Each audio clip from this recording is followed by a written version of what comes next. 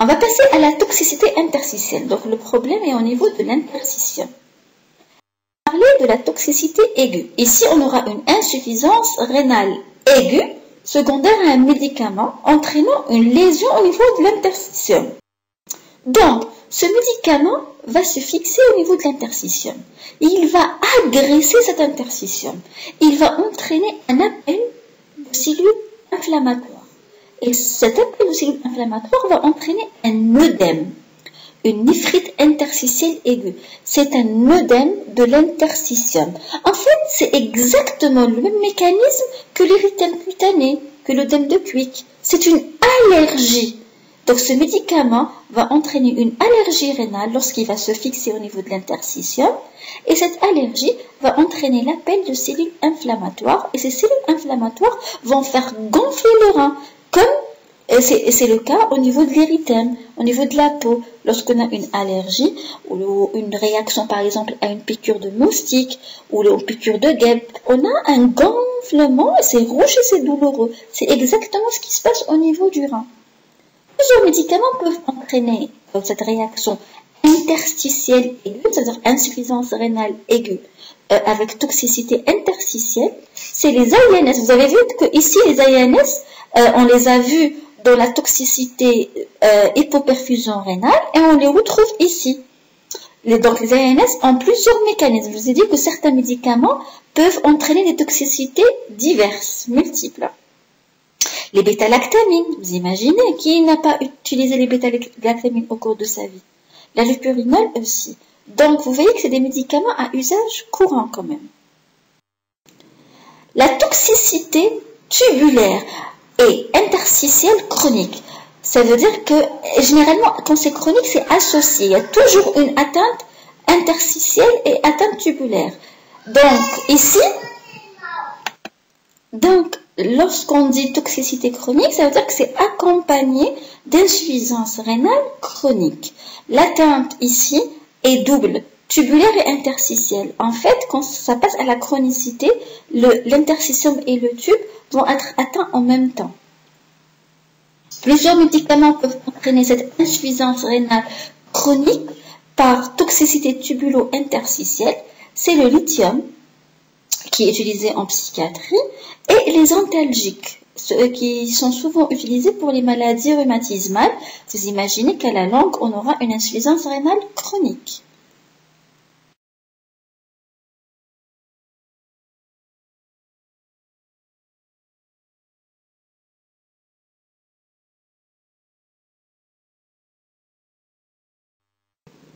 Donc on peut avoir LGM, lésions glomérulaires minimes, secondaires à des médicaments.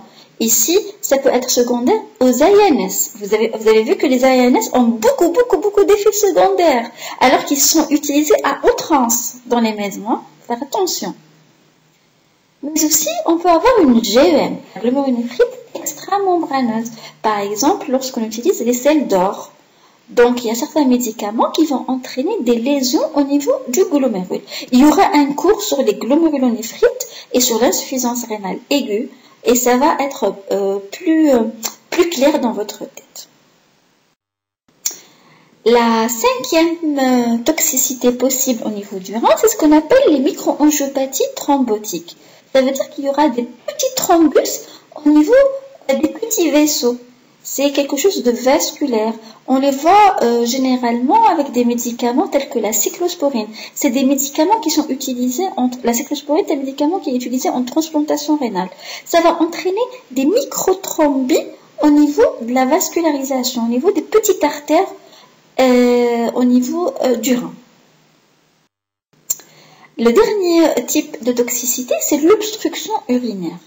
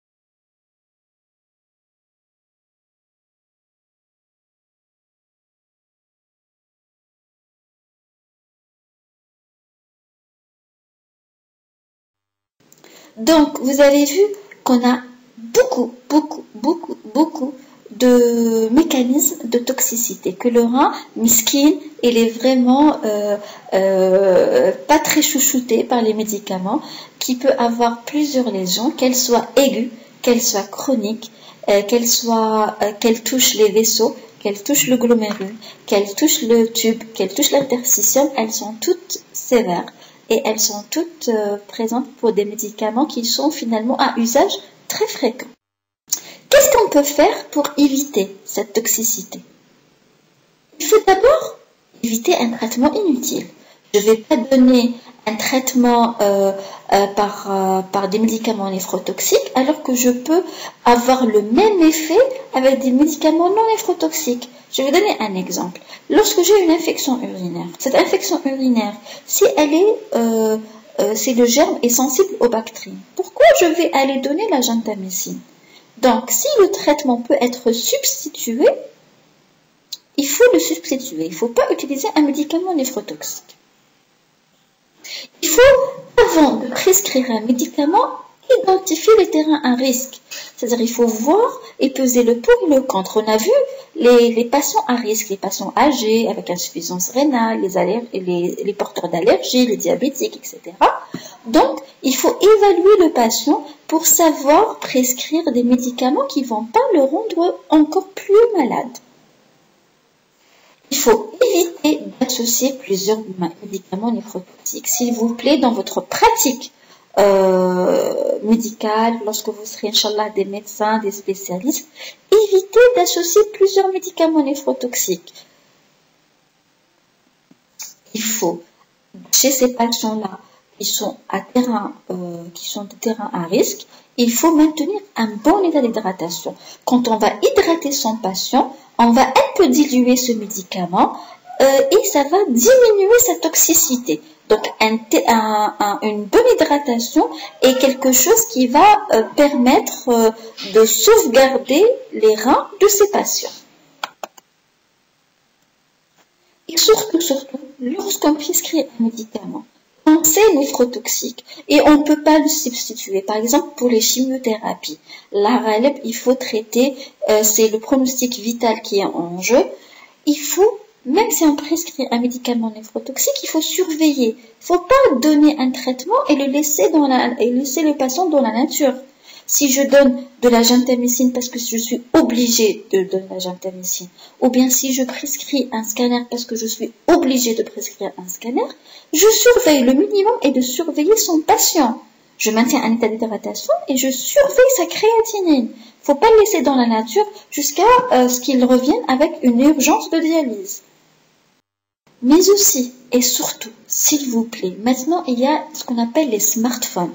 Les smartphones, il y a l'application pour calculer la clairance de la créatinine. Vous n'êtes pas obligé d'apprendre cette formule. Il y a des smartphones, faites l'application pour calculer la clairance et dans le Vidal, il y a toujours pour chaque médicament comment l'adapter à la fonction rénale. Celui qui a une insuffisance rénale modérée n'est pas comme un patient avec insuffisance rénale sévère. La dose de médicaments qu'on va utiliser est différente. Et pour chaque médicament dans le Vidal, il y a une adaptation. Donc, s'il vous plaît, apprenez cette formule ou bien téléchargez-la sur vos portables pour pouvoir calculer la clairance et adapter la dose du médicament à prescrire pour chaque patient.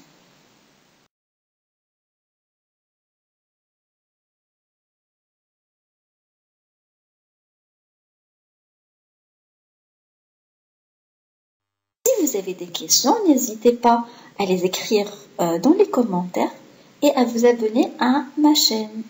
À la prochaine, Inch'Allah, et révisez bien.